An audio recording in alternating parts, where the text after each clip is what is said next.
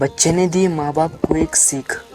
किसी गांव में एक बूढ़ा व्यक्ति अपने बेटे और बहू के साथ रहता था। परिवार सुखी संपन्न था, किसी तरह की कोई परेशानी नहीं थी। बूढ़ा बाप जो किसी समय अच्छा खासा नौजवान था, आज बुढ़ापे से हार गया था। चलते समय लड़खड़ाता था, लाठी की जरूरत पड़ने लगी, चेहरा झुर्रियों से भर चुका था, बस अपना जीवन किसी तरह व्यतीत कर रहा था। घर में एक चीज अच्छी थी कि शाम को खाना खाते समय पूरा परिवार एक साथ टेबल पर बैठकर खाना खाता था।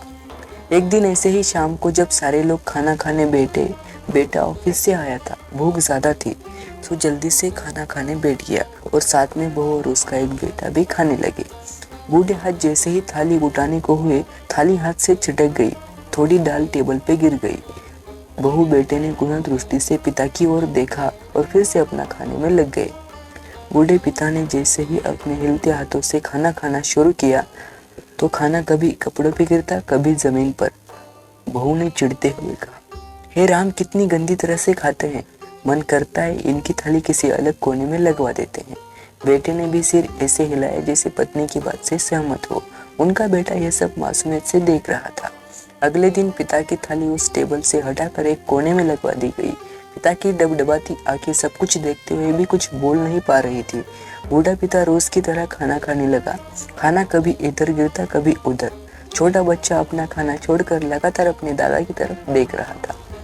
माँ ने पूछा, क्या हुआ बेटे, तुम दादाजी की तरफ क्या देख रहे हो और खाना क्यों नहीं खा रहे? बच्चा बड़ी मासूमियत से बोला, माँ, मैं सीख रहा हूँ कि वृद्धों के साथ कैसा व्यवहार करना चाहिए। जब मैं बड़ा हो जाऊंगा और आप लोग बूढ़े हो जाओगे तो मैं भी आपको इसी तरह कोने में खाना खिलाया करूंगा।